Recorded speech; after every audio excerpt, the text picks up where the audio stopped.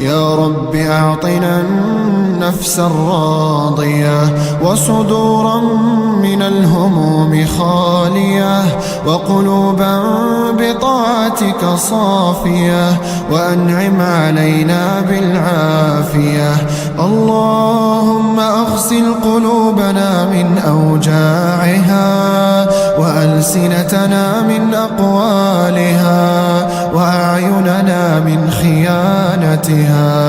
اللهم لا تحرمنا لذة السجود بين يديك